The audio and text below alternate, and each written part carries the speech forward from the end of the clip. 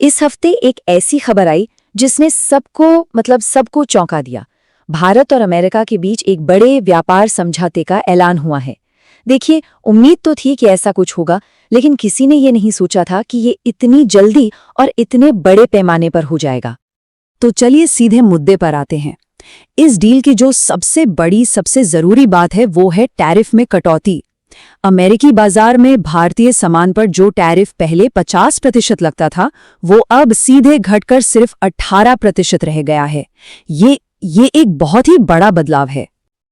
और जानते हैं, इसी वजह से मीडिया में इसे एक नाम दिया गया, फादर ऑफ ऑल डील्स, मतलब सभी सौदों का बाप। इसी से अंदाजा लगा सकते हैं कि इस समझौते को लेकर बाजार में और लोगों में कितना जबरदस्त उत्साह है। तो आज हम इन 5 मुख्य बातों को समझने की कोशिश करेंगे। सबसे पहले, ये सौदा इतना हैरान करने वाला क्यों है? फिर इससे भारत को अपने कॉम्पिटिटर्स पर क्या बढ़त मिलेगी? अर्थव्यवस्था और बाजार पर इसका क्या असर हुआ? इसमें रूसी तेल वाला एंगल क्या है? और आखिर में इस समझौते की बारीकियां क्या हैं?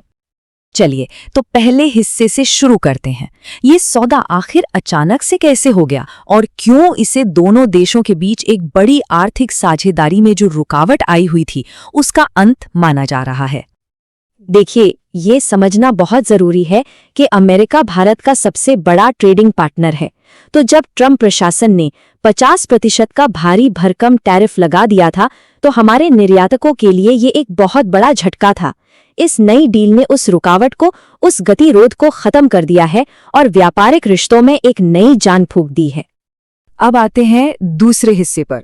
ये जो 18% की नई टैरिफ दर है, ये भारतीय निर्यातकों के लिए कैसे एक गेम चेंजर साबित हो सकती है और उन्हें बाजार में एक मजबूत बढ़त कैसे दिला सकती है? अब ये नंबर्स बहुत दिलचस्प हैं। इस सौदे के बाद भारत की टैरिफ दर हो गई है सिर्फ 18%। अब सोचिए, हमारे जो बड़े कॉम्पिटिटर्स हैं जैसे वियतनाम और बांग्लादेश, उनकी दर 20% है और चीन तो 34% पर बैठा है। तो जाहिर है, इसका सीधा मतलब है कि भारतीय सामान अमेरिकी बाजार में अब और भी ज्यादा आकर्षक हो जाएंगे। और ये सिर्फ नंबर्स की बात नहीं है।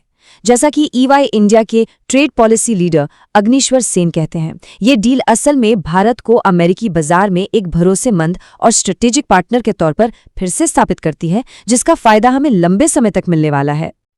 तो अगर हम संक्षेप में देखें तो इस सौदे से 4 बड़े फायदे होंगे। एक तो निर्यात में जो गिरावट आ रही थी वो रुकेगी। दूसरा, कंपनियों को अब पता होगा कि आगे कीमतें क्या होंगी, तो वो बेहतर प्लानिंग कर पाएंगी। तीसरा, दुनिया में भारत चीन के एक भरोसेमंद विकल्प के रूप में और मजबूत होगा। और चौथा, इससे भारतीय कंपनियों को और बेहतर क्वालिटी के प्रोडक्ट बनाने की प्रेरणा मिलेगी। चलिए, अब देखते हैं कि इस घोषणा का असर कैसा रहा। इसने भारतीय अर्थव्यवस्था में कैसी जोरदार लहरें पैदा की और इसका हमारी जीडीपी, स्टॉक मार्केट और रुपए पर क्या तुरंत असर देखने को मिला। सबसे पहले जीडीपी। गोल्डमैन सैक्स का अनुमान है कि इस सौदे से भारत की सालाना जीडीपी को करीब 0.2% का एक एक्स्ट्रा बूस्ट मिल सकता है। ये देश के आर्थिक तरक्की के लिए एक बहुत अहम बात है। दूसरा, शेयर बाजार का रिएक्शन तो देखने लायक था। इस खबर के आते ही सिर्फ एक दिन में निवेशकों की दौलत में 12 लाख करोड़ रुपए का इजाफा हो गया।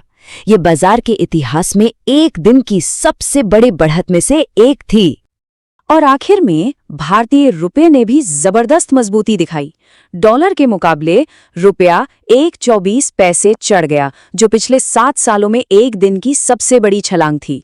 ये सीधे तौर पर निवेशकों के नए भरोसे को दिखाता है। लेकिन कहानी यहीं खत्म नहीं होती।